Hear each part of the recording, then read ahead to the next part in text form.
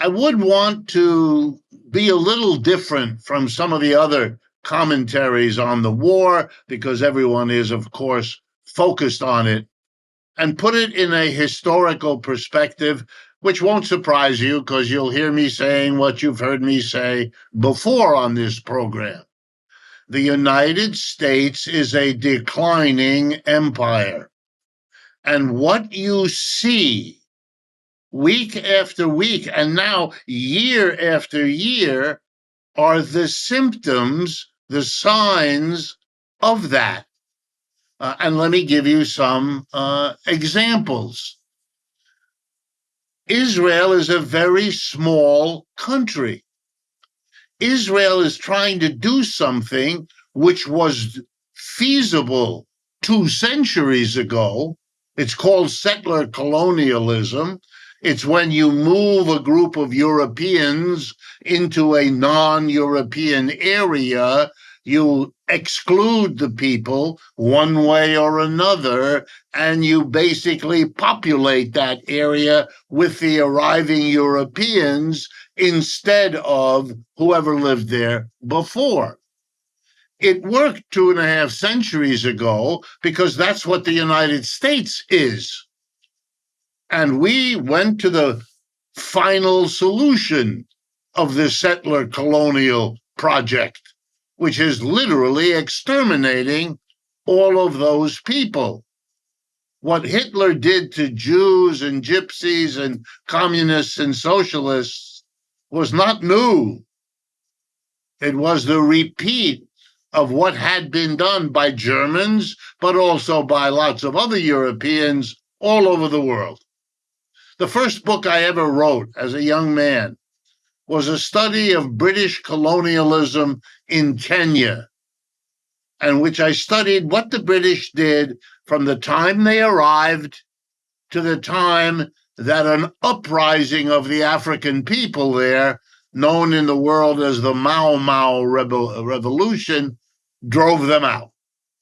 And you see that everywhere in the world. The last century and a half have been and will be in the future called the era of anti-colonialism. It's the overwhelming story of the overwhelming majority of the people on this planet. India, which was a formal colony, China, which was half a colony, and so on.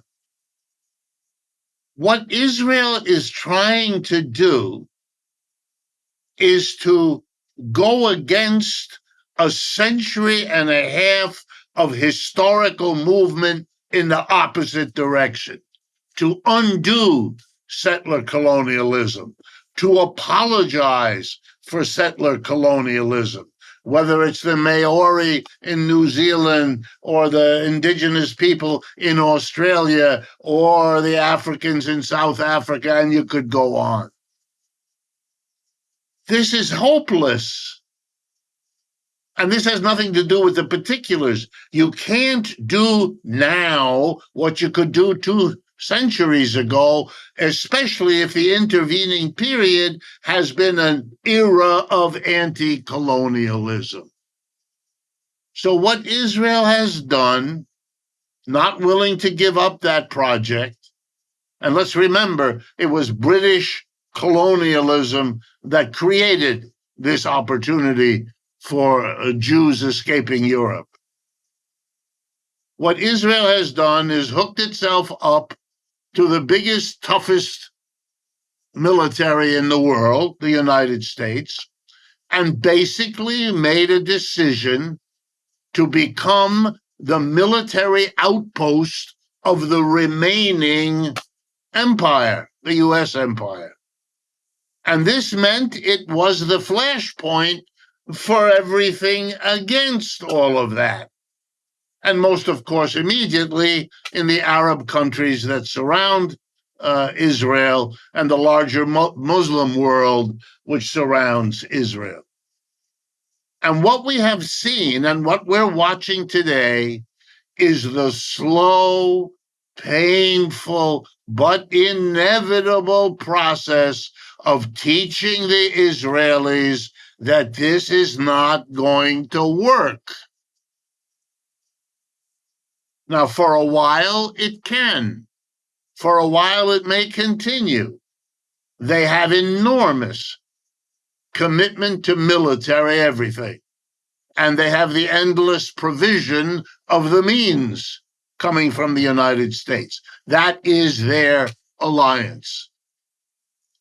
And Israel has worked very hard to support the political forces in the United States to support that alliance for obvious reasons.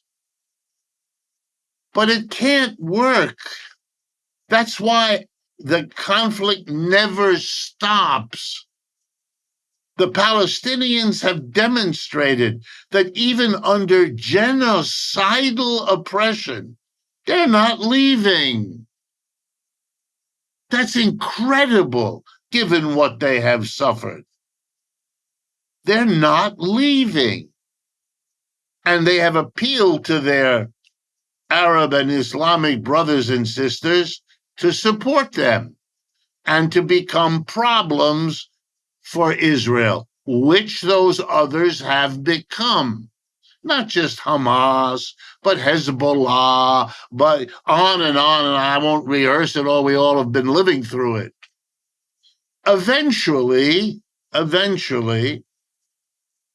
they would overcome what had been their long-term good luck. That the Arab countries, and this is no credit to them either, that the Arab countries were afraid. Anyone who pushed back too much against Israel would get bombed, would get missiled, would get overthrown, and would incur the risk that the United States would help. And they didn't trust each other. And so every now and then, one of them would make a deal with Israel to be allowed to do something that the others might not be. Not a pretty picture. But eventually, the Arab countries figured all this out. If I can understand it, so can they. And they realized we have to come up with one of us that can show the Israelis why and how we're willing to fight back. And they found two.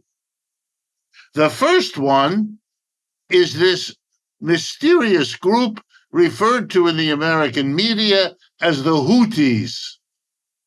The Houthis is a part of the population of Yemen, one of the poorest countries on earth, basically a sliver of inhabitable land in an otherwise desert over there. People who very frugal, very hardworking, able to live on next to nothing. And slowly it became clear they are located where they can stop shipping in an important part of the world economy, and they can shoot missiles into Israel. And nobody can stop them. The United States tried.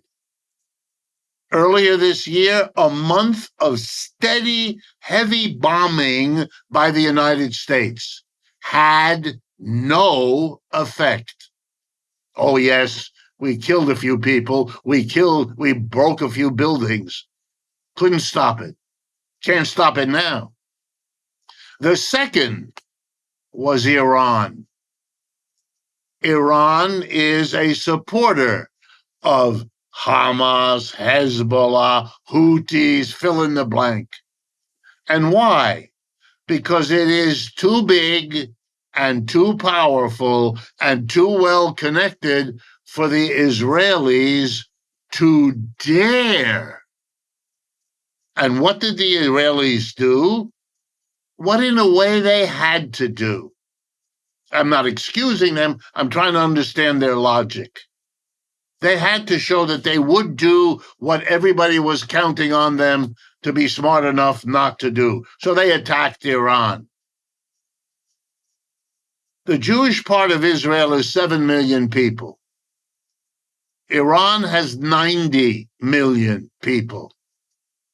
You don't do that. You don't attack a country of 90 million with 7 million.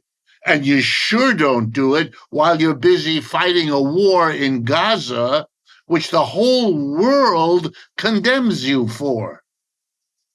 And Iran has very close relations with Russia and very good relations with China. What are you doing?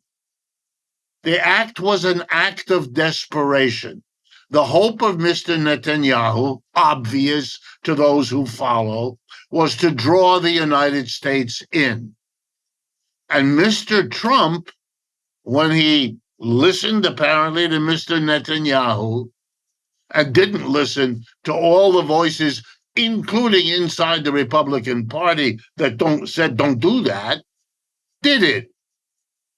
Whereupon Mr. Trump discovered that what he had unleashed was a conflict between Israel and Iran that almost everyone other than the American media, who are useless in this situation, in a way that exceeds bias and exceeds jingoism. This is straight out propagandistic nonsense.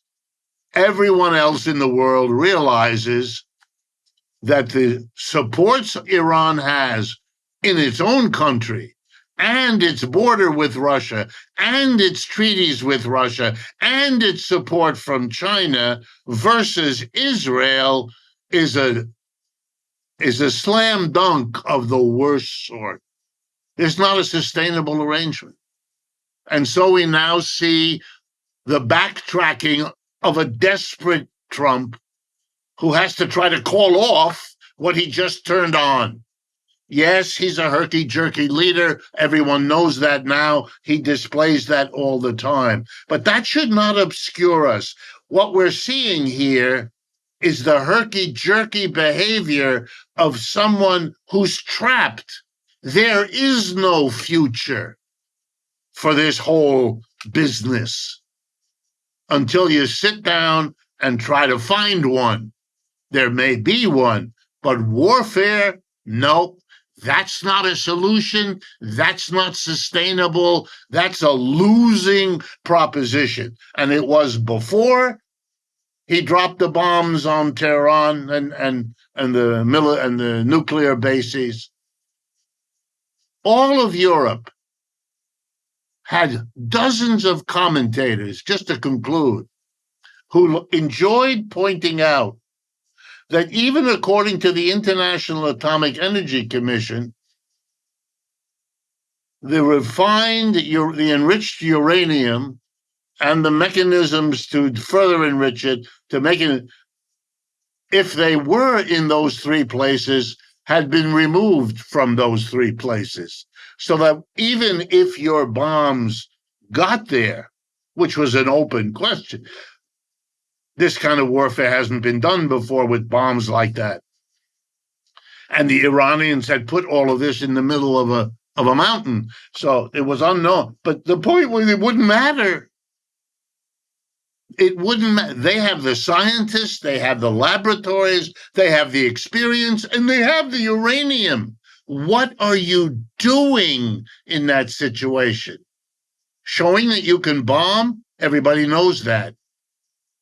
Showing that you will in this situation? Given Ukraine, there's not much doubt about that either. So this was very impulsive, but that's not the important point. It's the larger historical dead end that's being acted out.